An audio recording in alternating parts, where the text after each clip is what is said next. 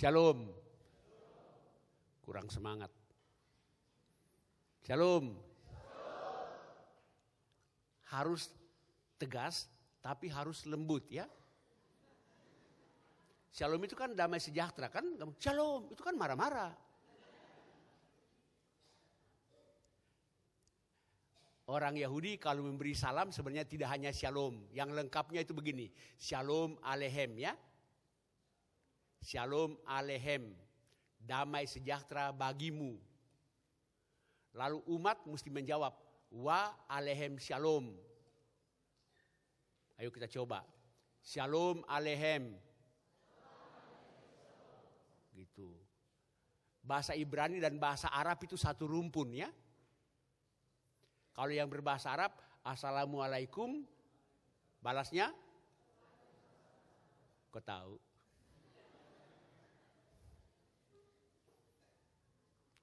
Tapi karena orang Kristen selalu hemat kata, makanya cukup shalom aja gitu.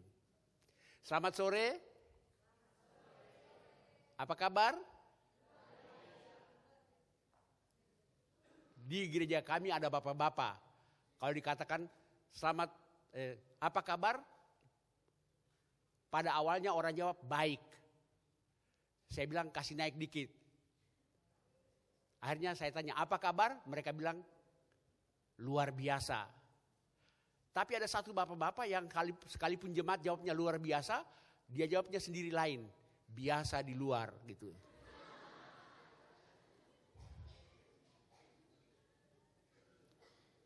Itulah sebabnya di gereja kami sekarang kami ganti. Kalau ditanya apa kabar, orang tidak jawab lagi baik, orang tidak jawab lagi luar biasa, tapi orang jawabnya sekarang dahsyat. Maksudnya supaya bapak-bapak yang biasa jawab lain itu ikut jawab dahsyat. Ternyata sekalipun semua orang sudah ganti jawaban menjadi dahsyat, bapak itu tetap punya jawaban yang lain, bombastis gitu.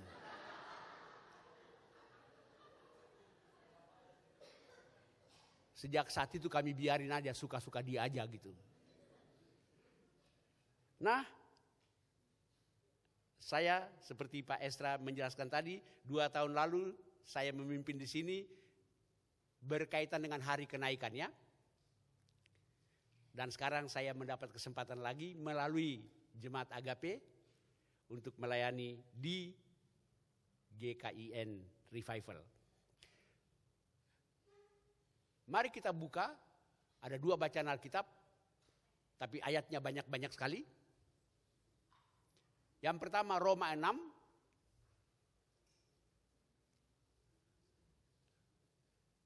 Dan yang kedua adalah 1 Korintus 15. Roma 6 dan 1 Korintus 15. Kita baca gantian ya. Soalnya saya sudah khotbah 2 kali, udah capek. Jadi kalau baca Alkitab bisa bagi-bagi sama jemaat. Soalnya khotbah nggak bisa gitu.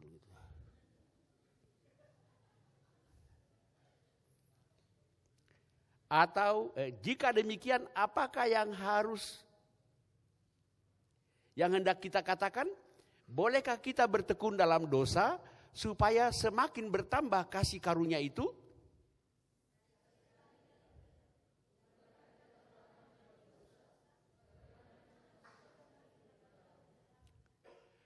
Atau tidak tahukah kamu bahwa kita semua yang telah dibaptis dalam Kristus telah dibaptis dalam kematiannya?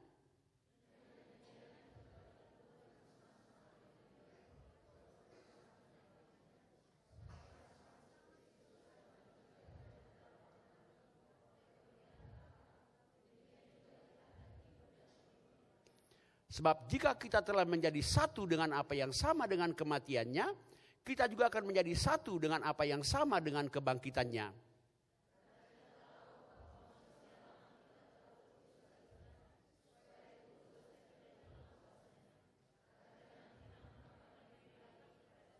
Sebab siapa yang telah mati, ia telah bebas dari dosa.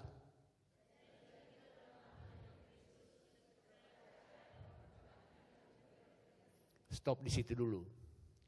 Saya tanya, mengapa manusia harus diselamatkan? Betul, itu rupanya Bapak tahu dari mana ya gitu. Mengapa orang mati harus dimandikan? Karena tidak bisa mandi sendiri, betul. Analogi dengan kenapa manusia harus diselamatkan? Karena dia tidak bisa menyelamatkan dirinya sendiri. Inilah teologi yang khas Kristen ya. Berbeda dengan ajaran-ajaran agama lain. Anda bisa selamat berdasarkan amal dan perbuatan baik Anda. Di kekristenan tidak. Manusia tidak dapat menyelamatkan dirinya dengan amal dan perbuatan baiknya. Ada pengajaran yang mengatakan Anda berbuat baik, dapat baik, Anda berbuat jahat, dapat jahat. Jadi selama Anda hidup di dunia semua perbuatan Anda dicatat. Mungkin di surga itu computerized ya.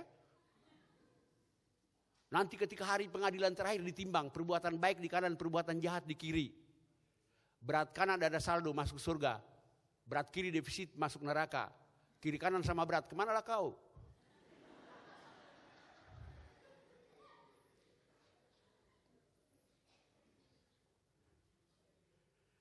Konsep seperti itu tidak Kristiani.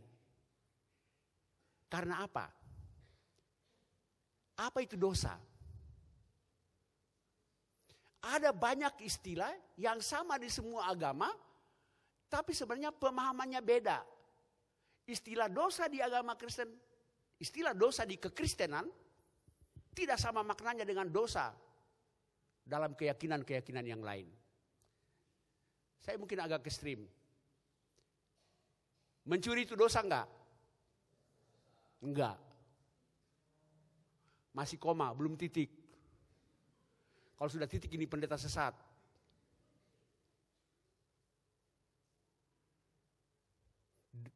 Mencuri pada hakikatnya bukan dosa. Mencuri adalah wujud dari keberdosaan. Saya ganti kalimatnya. Saya dengar kata di sini khotbahnya pengajaran semua. Saya juga mau mengajar saudara gitu.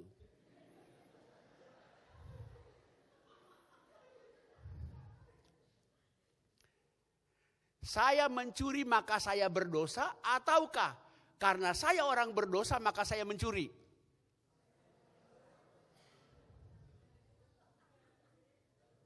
Coba simak baik-baik ya. Saya mencuri maka saya menjadi orang berdosa, ataukah karena saya orang berdosa maka saya mencuri? Saya nggak bilang AB kok ada yang cep besi gitu. Begini, harimau menerkam kambing maka ia menjadi binatang buas? Ataukah harimau menerkam kambing karena dia adalah binatang buas?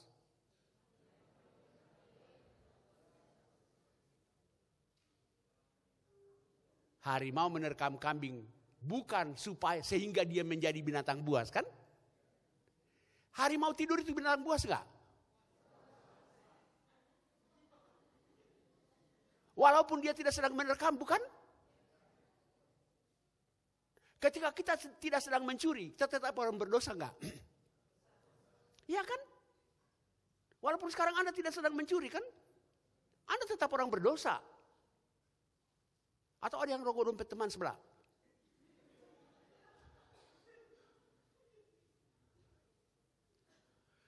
Karena itu dosa adalah status manusia di hadapan Allah. Makanya teologi mengatakan bukan Adam dan Hawa berbuat dosa, tapi Adam dan Hawa jatuh ke dalam dosa. Jatuh artinya dari status gambar Allah, jatuh. Dan itulah sebabnya kita mengenal apa yang kita sebut dosa asal kan? Karena Adam dan Hawa jatuh menjadi orang berdosa, maka seluruh keturunannya juga orang berdosa. Kenapa saya orang Ambon? Karena saya keturunan orang Ambon kan. Bapak mama saya orang Ambon, maka saya otomatis orang Ambon. Tidak mungkin bapak mama saya orang Cina, saya orang Ambon. Aneh itu.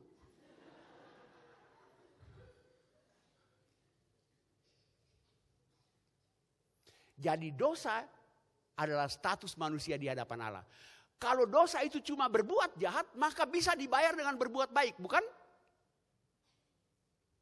Saya juga mesti hati-hati pakai kata bukan. Saya pernah berkhotbah begitu di kalangan anak-anak muda seperti ini. Tuhan Yesus baik bukan? Ada anak muda jawab, bukan. Kan gitu.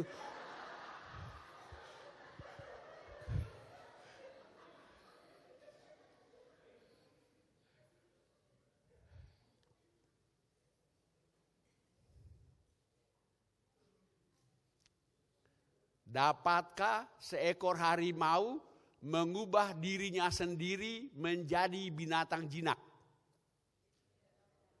Tidak mungkin kan?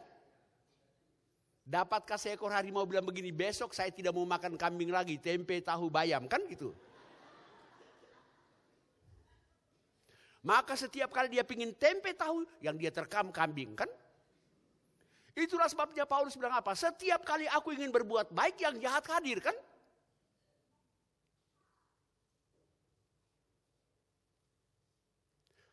Atau dapatkah seekor harimau yang lain menjinakkan temannya?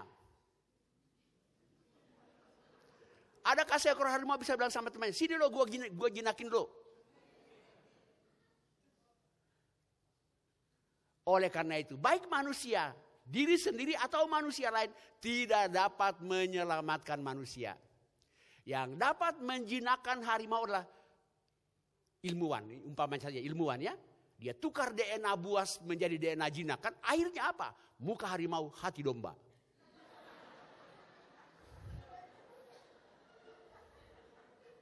Walaupun yang sering terjadi adalah muka domba, hati harimau gitu.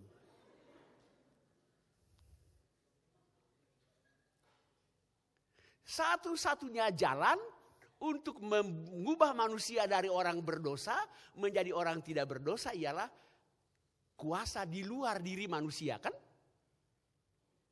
Dan hanya Sang Penciptalah yang mampu mengubah kita dari orang berdosa menjadi orang tidak berdosa. Itu semata-mata karena anugerah Allah. Semboyan reformasi sola gratia, kan? Hanya oleh anugerah. Lalu Paulus bertanya ayat 6.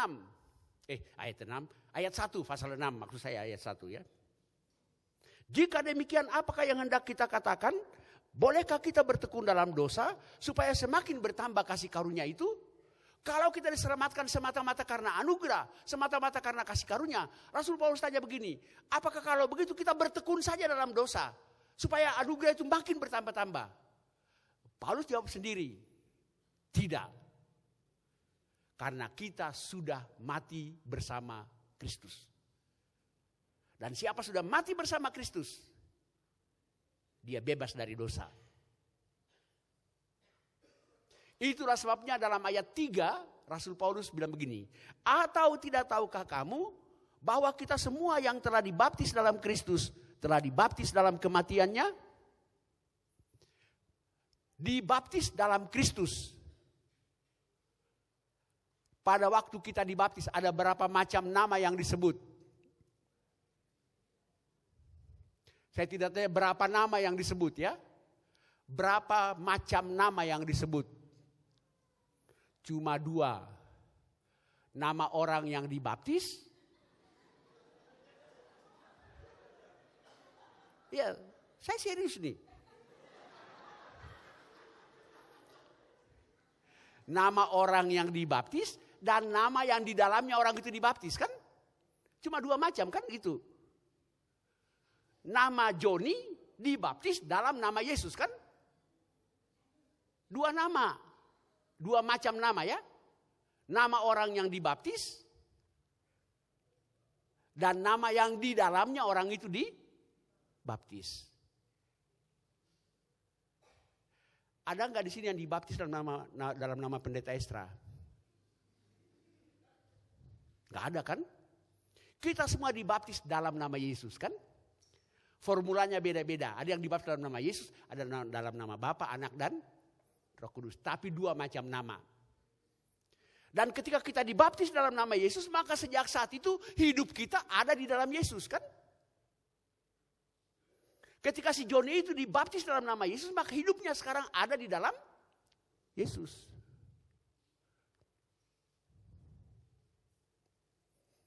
Kalau pisang dicelup dalam adonan terigu, yang keluar apa? Saya sudah tahu, pisang goreng.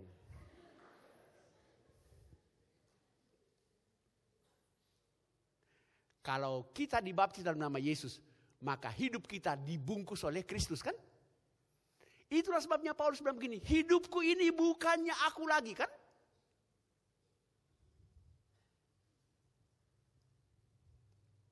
Tapi Kristus.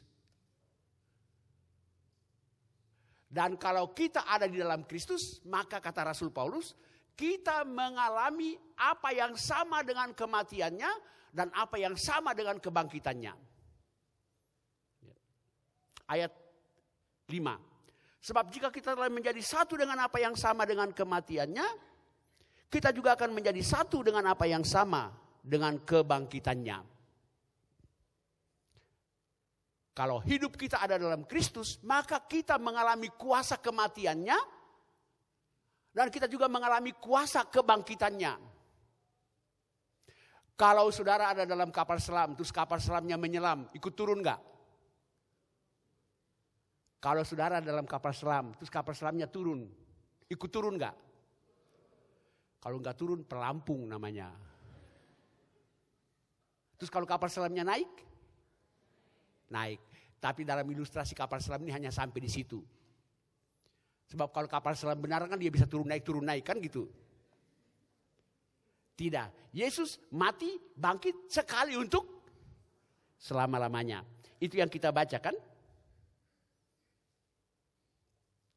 Jadi Rasul Paulus memberi judul kepada bacaan ini, mati dan bangkit bersama Kristus. Kita sudah mati bersama Kristus dan kita sudah bangkit bersama Kristus. Nah, apa artinya mati bersama Kristus?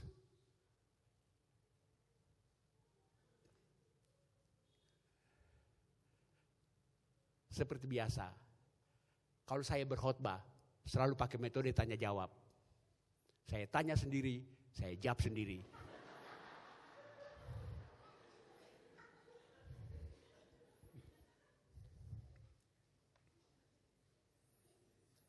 Mati bersama Kristus artinya kita sudah bebas dari dosa. Ayat 7 bilang apa ayat 7? Sebab siapa yang telah mati, ia telah bebas dari dosa. Orang mati masih bisa maling enggak? Orang mati masih lihat duit mata hijau enggak?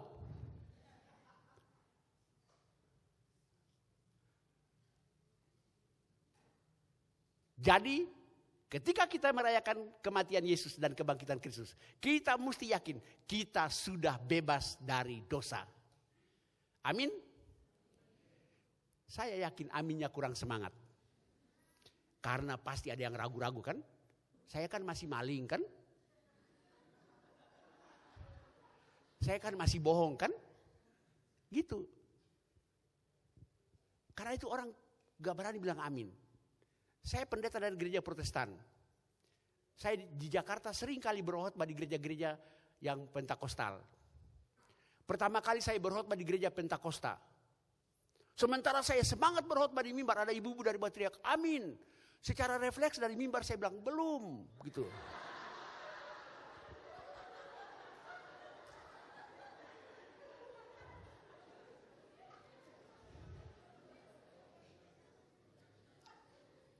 Karena di gereja kita amin artinya selesai, bukan? Padahal amin artinya sungguh benar. Yes. Saudara sudah bebas dari dosa, amin? Masih iri hati.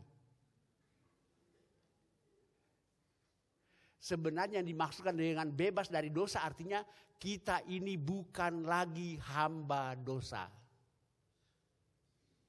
Masih orang berdosa tapi bukan hamba dosa. Ayat 17 dan 18. Kita simak ayat 17 dan 18 ya. Tapi syukurlah kepada Allah. Dahulu memang kamu hamba dosa, tapi sekarang kamu dengan segenap hati telah mentaati pengajaran yang telah diteruskan kepadamu. Kamu telah dimerdekakan dari dosa dan menjadi hamba kebenaran. Dulu hamba dosa. Karena kita sudah mati bersama Kristus, kita sekarang hamba kebenaran. Perhatikan, dulu hamba, sekarang tetap hamba. Yang berganti majikan ya.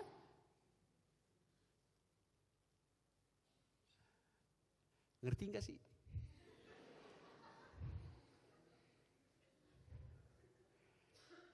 Kayak bengong-bengong ya.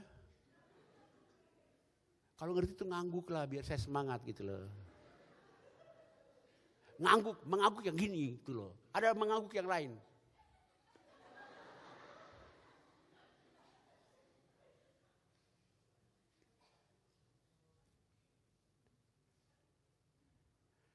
Kita masih orang berdosa kan? Tapi kita bukan lagi hamba dosa. Artinya kita tidak boleh membiarkan diri kita dikuasai lagi oleh dosa. Ketika Indonesia merdeka 17 Agustus 1945, apakah semua masalah sudah beres? Sampai sekarang juga nggak beres-beres kan gitu. Tapi sejak 17 Agustus 1945 kita bilang, mulai sekarang kami tidak mau tunduk lagi ke bawah kuasa penjajah. Maaf ya, jangan tersinggung. Kalau tersinggung juga nggak apa-apa. Paling-paling nggak panggil saya lagi. Ada orang merokok ya, tapi ada orang tertentu bukan lagi asal merokok. Dia sudah menjadi hamba rokok ya. Biar nggak makan asal rokok. Kaget tengah malam 1 batang dulu baru tidur lagi gitu. Orang itu bukan lagi asal merokok tapi sudah menjadi hamba rokok. Saya dulu sampai sekarang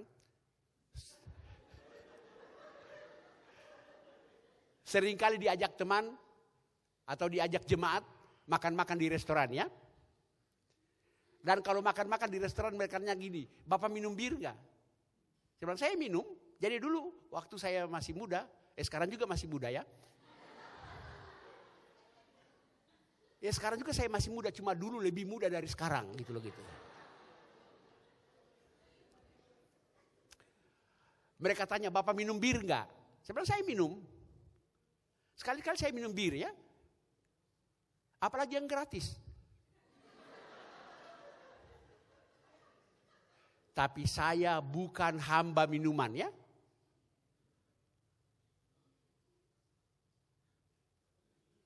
Kita semua butuh uang kan? Tapi kita tidak boleh jadi hamba uang gitu. Jadi kita sebenarnya sudah dimerdekakan dari dosa. Sehingga kita tidak boleh lagi menjadi hamba dosa.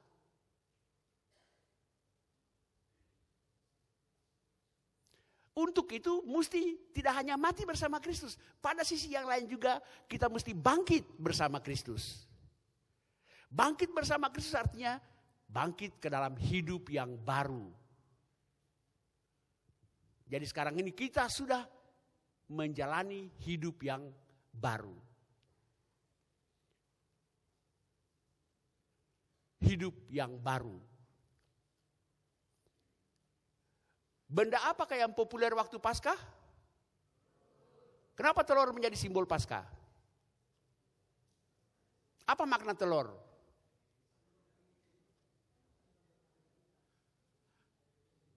Ketika saya masih kecil, di sekolah minggu, guru sekolah minggu suruh bawa telur ke hari Paskah ya. Saya bawa. Kasih ke guru sekolah minggu, kita dengar firman nyanyi-nyanyi, guru sekolah minggu yang lain sembunyikan itu telur-telur. Habis menyanyi dan puji Tuhan dan dengar firman, baru cari telur. Saya ikut cari, saya dapat beberapa biji waktu itu, saya nggak ingat. Saya pulang, saya kasih ke mama saya.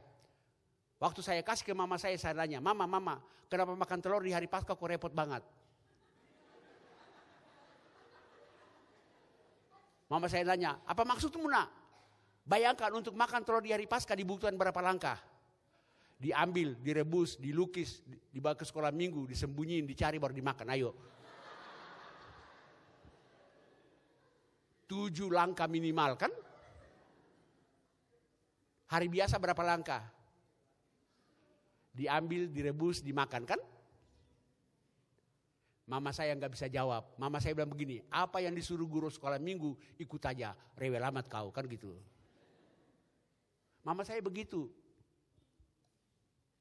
Saya pernah tanya, apa betul ikan paus menelan Yunus kan? Mama saya bilang begini, apa yang ditulis di Alkitab percaya saja.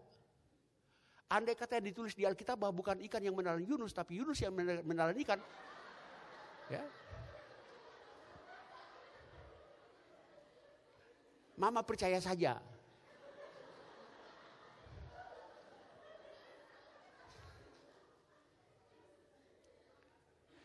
Sebenarnya telur itu bukan simbol Alkitabiah. Telur itu simbol, saya baca dari tulisannya Dr. Andar Ismail. Telur itu berasal dari orang Inggris, bangsa Inggris sebelum jadi Kristen. Tahu nggak bahasa Inggrisnya Paskah? Easter ya. Orang sering kali mengatakan Happy Easter ya. Tahu nggak Easter itu apa? Easter itu nama Dewi Kesuburan.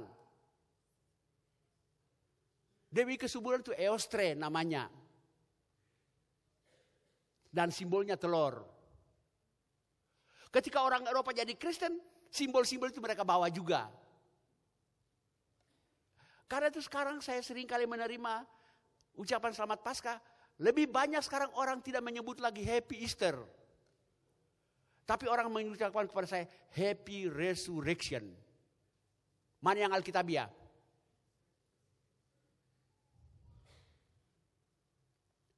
Masa saya jawab sendiri sih?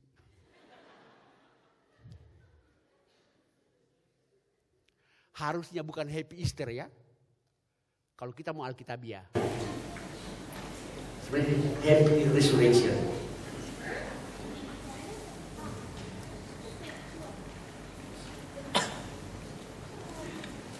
Jadi kita sudah hidup baru bersama Kristus. Tahu nggak sebenarnya simbol Alkitab untuk Paskah apa? Sekarang kita pindah ke 1 Korintus 15.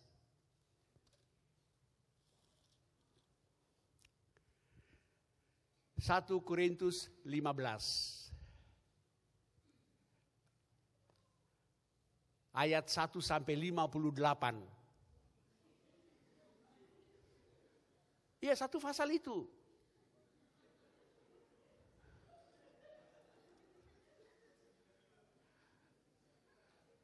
Ayat 1 sampai 58. Tapi kita tidak akan baca semua. Kita hanya baca judul-judulnya. Coba lihat ayat 1 sampai 11. Judulnya apa? Kebangkitan Kristus.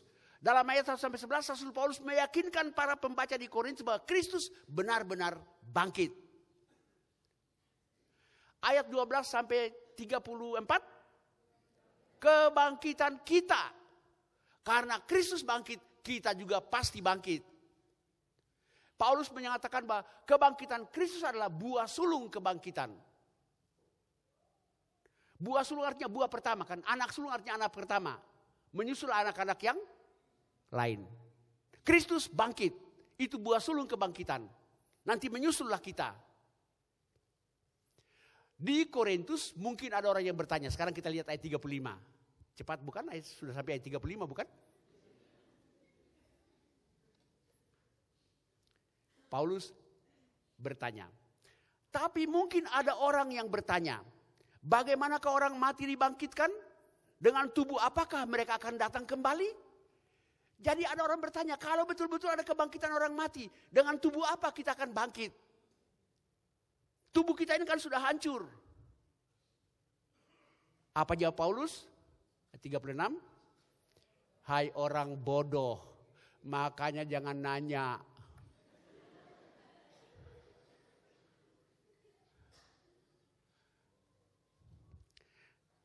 Apa yang engkau sendiri taburkan tidak akan tumbuh dan hidup kalau ia tidak mati dahulu. Dan yang engkau taburkan bukanlah tubuh tanaman yang akan tumbuh, tapi biji yang tidak berkulit, umpamanya biji gandum atau biji lain. Jadi simbol kebangkitan kita di Alkitab adalah biji tanaman. Rasul Paulus pakai kiasan biji tanaman. Ketika kita tanam biji tanaman, Kita tanam buah kelapa misalnya, sabutnya hancur, batoknya hancur, daging buahnya hancur kan?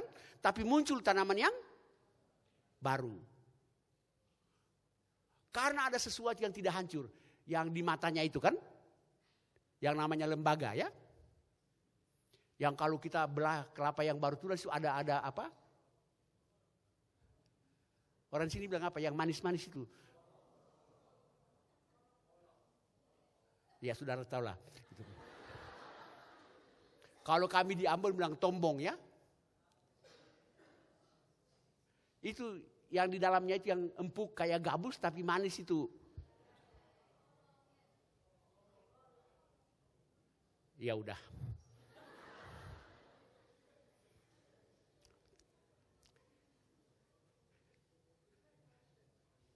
Jadi ketika kita mati habis kan? Tapi karena kita punya hidup baru itu tersimpan dalam iman kita, maka nanti ketika Kristus datang kita dibangkitkan kembali. Jadi simbol kiasan Alkitabiah tentang kebangkitan kita adalah biji tanaman. Telur juga enggak masalah. Yang penting kita pahami bahwa dua-duanya itu simbol dari benih kehidupannya. Ketika kita pegang sebuah telur, kita belum pegang seekor ayam. Tapi yang sedang kita pegang adalah benih dari seekor ayam. Ketika kita pegang sebuah buah kelapa, kita belum pegang sebatang pohon kelapa. Tapi yang sedang kita pegang adalah benih dari sebatang pohon kelapa. Saya pernah mewakili PGI hadir di konferensi pekabaran Injil yang dilakukan oleh Dewan Gereja Sedunia di San Antonio, di Texas. Konferensi itu berlangsung 2 minggu. Kebaktian pagi, kebaktian sore dipimpin oleh delegasi negara-negara secara bergiliran. Pas kebaktian penutupannya itu kena hari Paskah. Dipimpin oleh gereja-gereja dari Afrika Selatan. Jadi waktu kami siap-siap mau ikut kebaktian penutupan yang sekaligus Paskah itu, kami delegasi Indonesia saling bertanya, kira-kira sebentar ada telur Paskah enggak? Ternyata sampai kebaktiannya selesai, tidak ada telur Paskah. Tapi waktu kami pulang, kami dibagikan satu orang satu amplop. Dalam amplop itu ada biji tanaman.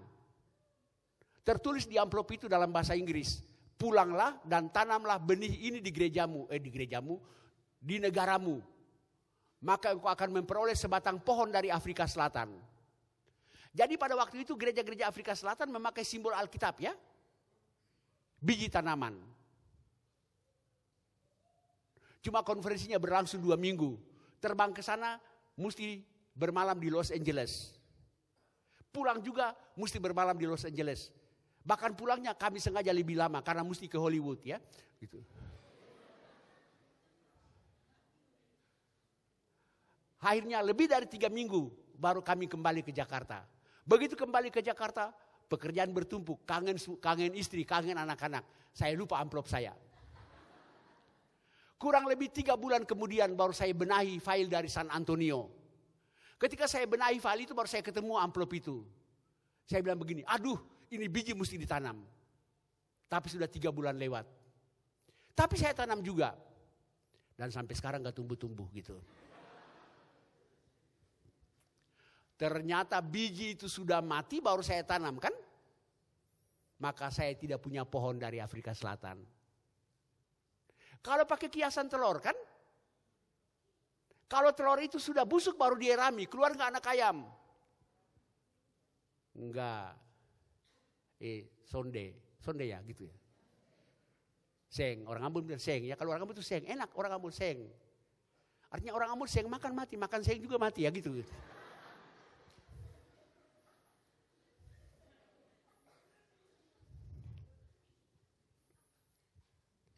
Tidak.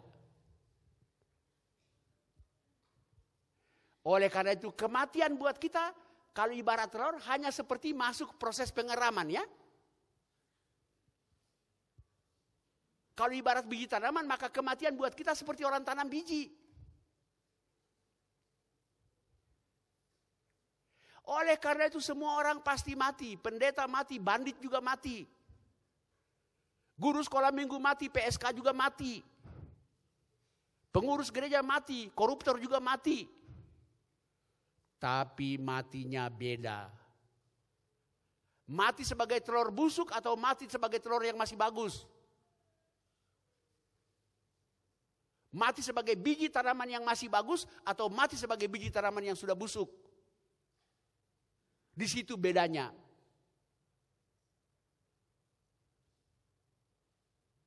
Kalau kita mati sebagai biji tanaman yang masih bagus, pasti akan ada hidup baru kan? Akan ada kebangkitan kita. Kalau telurnya udah busuk baru dirami, tidak mungkin keluar ayam kan? Bahkan sampai induknya ikut busuk pun.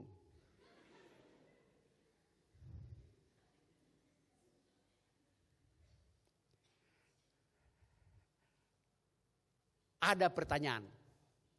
Kalau betul ada kebangkitan orang mati, kira-kira tubuh kita nanti di hidup kekal itu kira-kira bagaimana? Ayo. Ada orang spekulasi, kira-kira di hidup kekal nanti kita masih saling kenal enggak?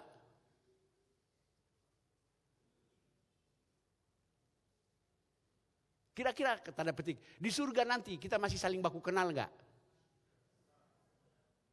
Sayang sekali Alkitab tidak mengatakannya secara eksplisit. Orang suka spekulasi. Menurut 1 Korintus 15 ini, Rasul Paulus tidak menyebutnya ya.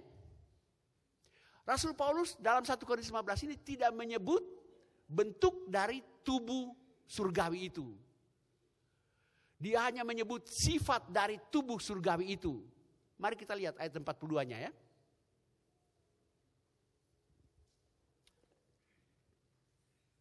Dia bilang begini, ayat 42 dan 43. Demikianlah pula halnya dengan kebangkitan orang mati. Ditaburkan dalam kebinasaan, dibangkitkan dalam ketidakbinasaan. Tubuh kita yang baru itu tidak binasa lagi. Tubuh kita yang sekarang pasti binasa.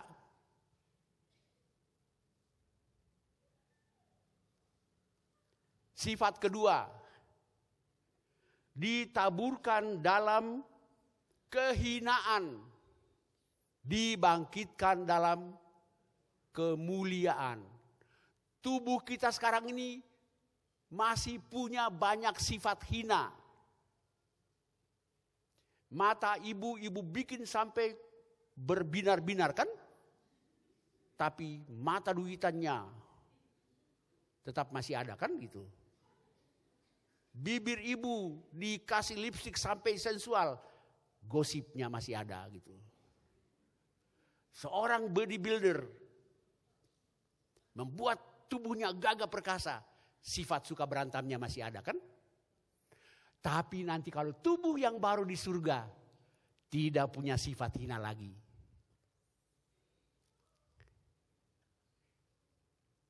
Sifat ketiga, ditaburkan dalam kelemahan, dibangkitkan dalam kekuatan. Tubuh kita yang baru itu tidak lemah-lemah lagi. Tadi Welnya mengatakan, di surga kita hanya nyanyi terus puji Tuhan ya. Dan tidak akan pernah lelah. Di dunia ini kita ingin puji Tuhan 2 jam non-stop, habislah kau.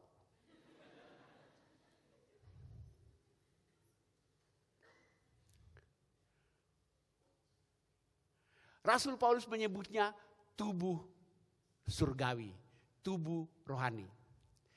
Maaf saya hendak menjelaskannya dalam bahasa Yunani ya. Tubuh alamiah, Rasul Paulus memakai istilah soma psikikon. Soma itu tubuh, psikikon itu jiwa. Tubuh kita ini tubuh yang lebih banyak dikendalikan oleh jiwa ya. Berpikir, merasa, emosi, itu semua. Tubuh rohani Paulus memakai istilah soma pneumatikon.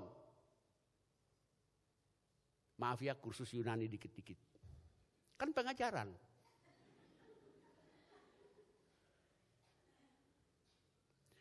Soma pneumatikon, tubuh yang dipengaruhi oleh hal-hal yang rohani. Oleh roh. Jadi gak usah dipersoalkan, nanti di surga masih baku kenal gak? Tunggu aja kalau kita sampai di sana. Belum tentu Anda sampai udah bertanya. Yang penting percayalah bahwa nanti kalau kita bangkit, kita punya sifat, tubuh yang baru punya sifat. Dalam pengakuan iman rasuli, dua pengakuan terakhir bunyinya apa? Kebangkitan daging kan? Dan hidup yang kekal. Kebangkitan daging. Beberapa terjemahan menyebut kebangkitan tubuh. Jadi jangan saudara pikir kalau kita bangkit arwah-arwah saja. Lihatnya itu arwah Pak Esra. Enggak.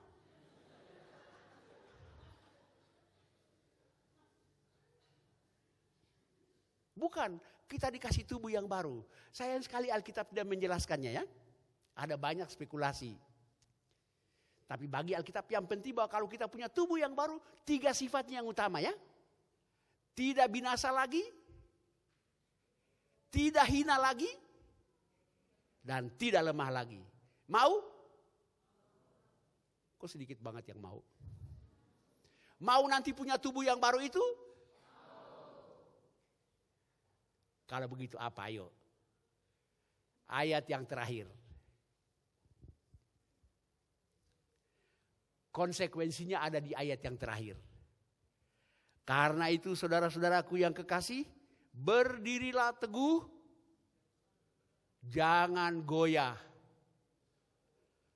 Dan giatlah selalu dalam pekerjaan Tuhan. Sebab kamu tahu, dalam persekutuan dengan Tuhan, jerih payahmu tidak sia-sia. Jadi kalau mau supaya nanti dapat hidup baru,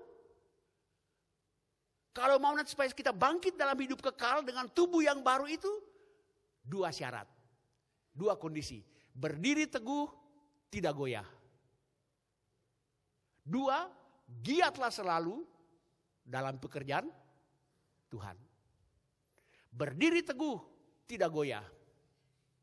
Iman. Iman kita harus teguh, tidak goyah. Tapi giat dalam pekerjaan Tuhan. Iman teguh saja tapi tidak giat, tidak dapat tubuh baru. Giat saja tapi iman tidak teguh, tidak dapat tubuh baru.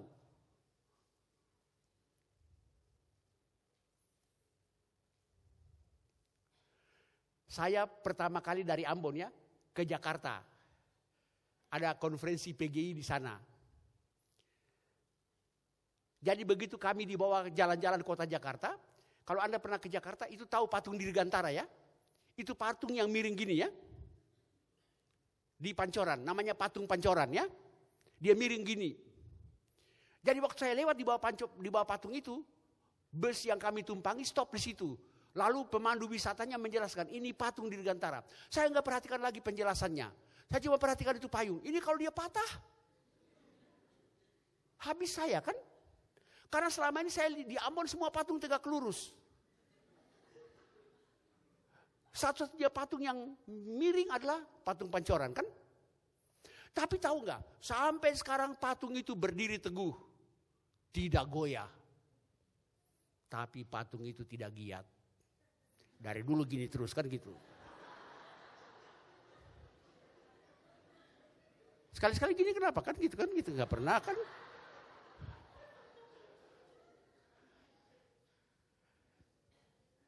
Dalam kekristenan, dalam gereja, banyak orang kalau ditanya masih percaya Yesus, masih imannya masih kuat, tapi kegiatannya nol.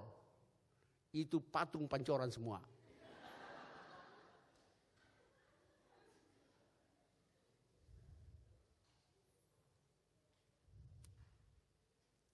Sebaliknya, giat tapi tidak kokoh. Pernah lihat ke orang mabuk? Giat. Dorong sedikit jatuh dia kan gitu. Berdiri teguh. Tidak goyah. Giat. Kalau Anda lakukan itu semua, Anda dijamin akan memperoleh tubuh yang baru. Yang tidak binasa lagi, yang tidak hina lagi, dan yang tidak lemah lagi. Kembali ke Roma. Oleh karena itu, sekarang ini, kita sekarang berada pada daya tarik antara manusia lama dan manusia yang baru. Dua kuasa itu, dua kekuatan itu tarik menarik dalam diri kita. Tapi dalam Roma tadi ayat 11 Rasul Paulus bilang apa? Roma 6 ayat 11.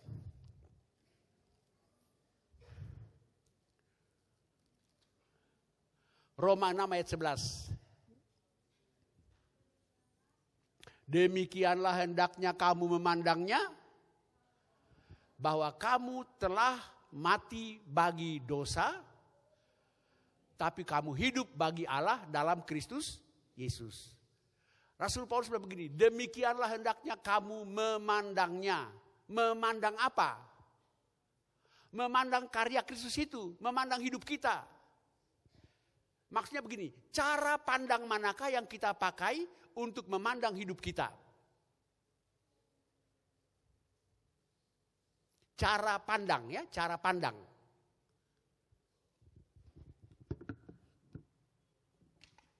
Dari Agape udah tahu ya.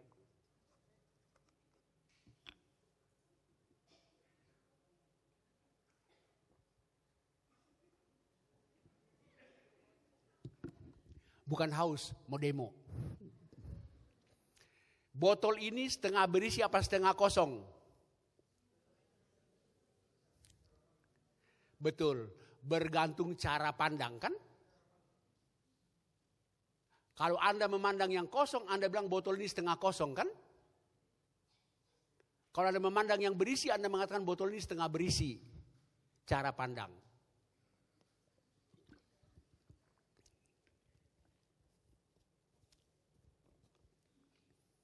Itu yang Rasul Paulus katakan. Cara pandang manakah yang kita pakai untuk memandang hidup kita? Begini aja, saya sederhanakan saja ya. Saya katanya disebut orang pendeta yang mudah apa sih maksud saya?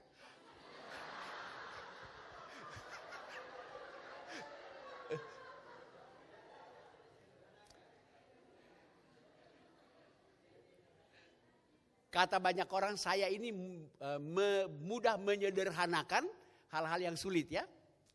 Gitu. Indonesia sebaliknya kan, kalau bisa dipersulit kenapa dipermudah kan gitu.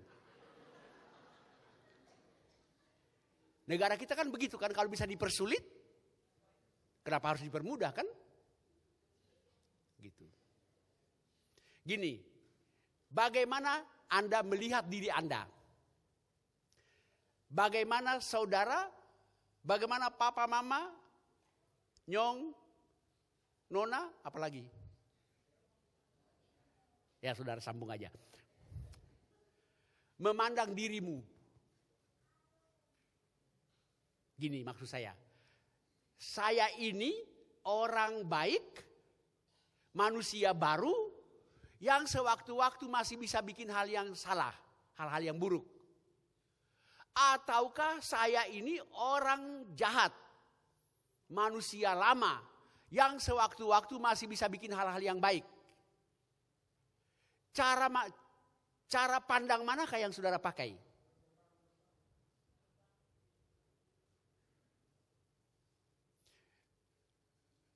Saya ini manusia baru yang sewaktu-waktu karena kelemahan masih bisa membuat hal-hal yang salah kan? Ataukah saya ini manusia lama yang sewaktu-waktu masih bisa berbuat hal yang baik? Biar gampang pakai A dan B ya. Mana?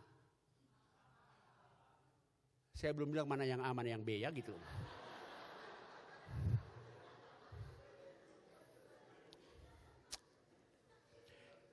Saya ikut saudara aja. A, saya ini manusia baru yang sewaktu-waktu karena kelemahan masih bisa berbuat hal-hal yang salah kan? Yang buruk. Ataukah B, saya ini manusia lama yang syukur sewaktu-waktu masih bisa berbuat hal yang baik. A atau B? 100. Kenapa kalau B? Kalau B maka mubasirlah karya Kristus, bukan? Kalau kita bilang kita masih manusia lama, maka seluruh kematian dan kebangkitan Kristus tidak punya dampak buat kita. Itu punya dua konsekuensi. Konsekuensi pertama adalah kalau kita jatuh, jangan menyerah, kan? Bangun lagi, maju. Atau meminjam bahasa kitab Amsal atau Mazmur. Orang benar itu apabila ia jatuh, tidak sampai tergeletak, betul. Jatuh sih jatuh tapi tidak tergeletak. Bangun lagi. Tahu tergeletak. Bapak saya dulu suka ajak saya pergi nangkap penyu. Di kampung saya, di pulau dari mana saya berasal. Itu cara menangkap penyu gampang sekali. Tunggu dia selesai bertelur, dia balik ke laut kan. Kita cegat ya, dibalikin. Nah Anda bayangkan kalau penyu sudah terbalik dia bisa apa, ayo. Dia cuma bisa gini, sial banget nasib gua kan gitu.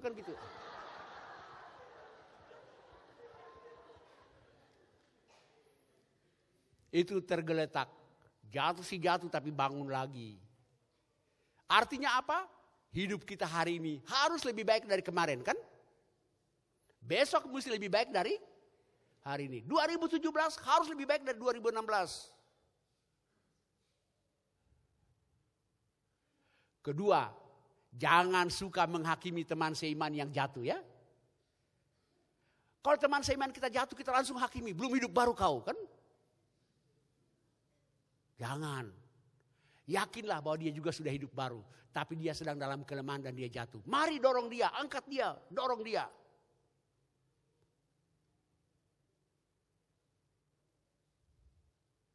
Jadi,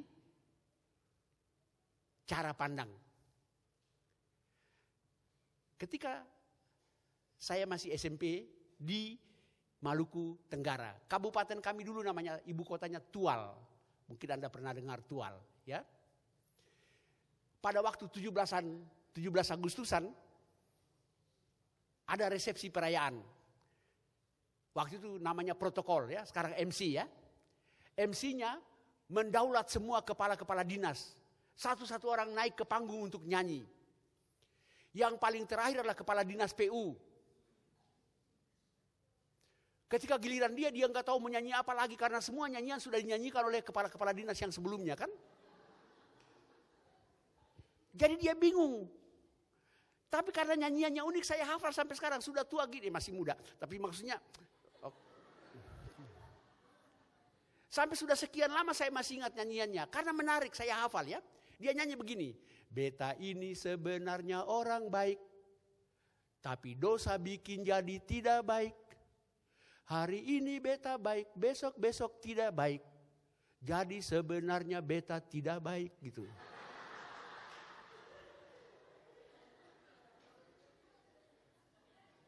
Alkitabiah bukan? Kita diciptakan sebagai gambar dan rupa Allah kan? Tapi dosa bikin kita jadi tidak baik kan? Dan nyanyi begitu. Beta ini sebenarnya orang baik. Tapi dosa bikin jadi tidak baik. Hari ini beta baik, besok tidak baik. Jadi sebenarnya beta tidak baik. Kata om pikir su habis, ternyata ada ayat 2-nya.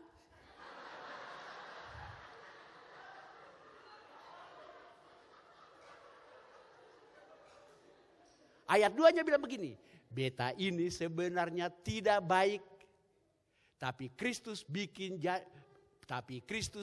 beta jadi baik.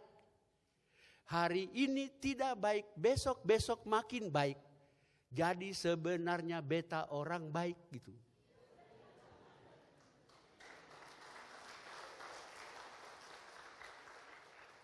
Ayo kita nyanyi semua.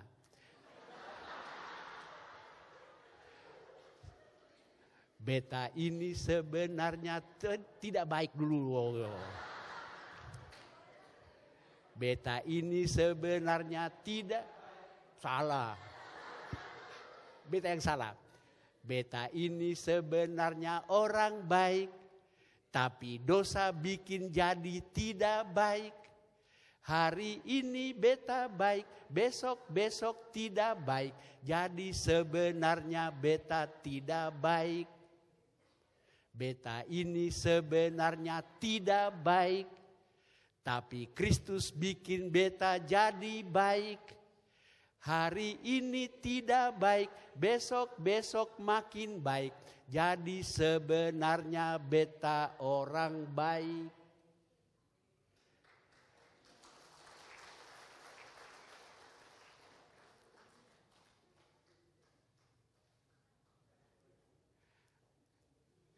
Saya tanya, saudara orang baik apa orang jahat?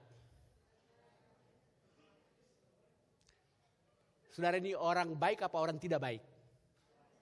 Mesti yakin, saya orang baik. Kalau betul-betul kita menghayati makna Paskah ya. Saya orang baik. Karena saya sudah mati bersama Kristus. Dan bangkit bersama Kristus. Tahun 98 kalau saya nggak salah ingat. Kami merayakan perjamuan kudus Jumat Agung. Ya, Jumat Agung. Dulu orang memisahkan Jumat Agung dan Paskah hari Minggu ya. Sekarang tidak lagi ya. Sekarang itu disebut Tri Hari Paskah ya. Sekarang orang menyebutnya Tri Hari Paskah dari Jumat sampai Minggu. Tahun 1998 di gereja yang saya layani waktu itu Jumat Agung, perjamuan kudus. Dan di gereja kami perjamuan kudus masih pakai roti yang dipotong-potong ya. Dan anggur yang disiram di sloki kecil-kecil. Entah kenapa pada Jumat Agung 1998 itu yang datang lebih banyak dari yang biasanya. Sampai roti dan anggur kurang. Akhirnya meja-meja terakhir itu kan masih pakai meja kalau Jumat Agung. Meja-meja terakhir itu ya roti yang sudah kecil dipotong lagi jadi 2. Anggur disiram setengah-setengah sloki. Habis perjamuan kudus sebelum berkat. Saya imbau jemaat yang hadir. Saya bilang begini, saya senang sekali.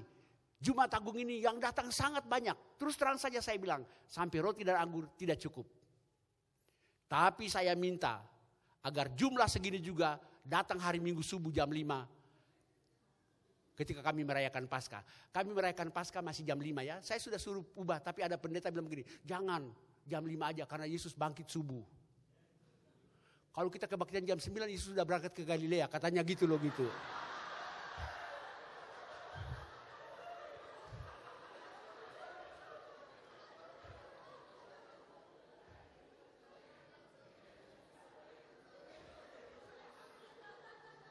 Ya, itu kan cuma simbolik liturgis ya. Nggak harus itu kan. Tapi gereja kami masih melakukannya ya. Jadi saya bilang, waktu Jumat Agung segini datang, Minggu subuh segini juga datang. Mereka tanya, kenapa Pak? Kalau Anda cuma datang Jumat Agung, Anda baru mati bersama Kristus. Bangkitnya nanti Minggu pagi kan? Jadi datang Jumat tidak datang Minggu, mati.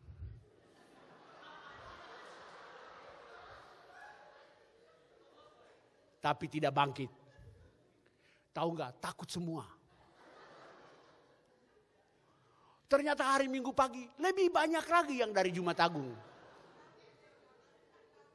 Saya tanya, kenapa yang datang Minggu pagi lebih banyak lagi? Berarti ada yang mau bangkit tapi tidak mau mati.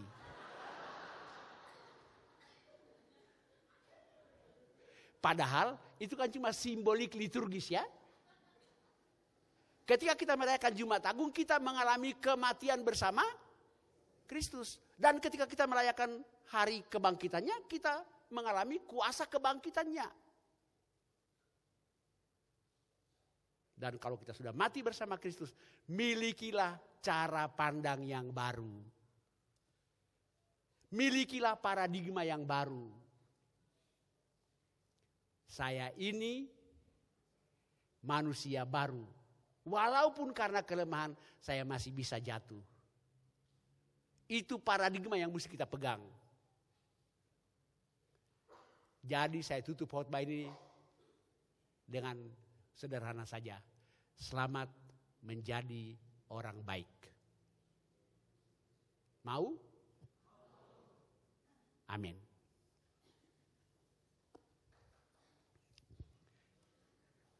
Kita berdoa.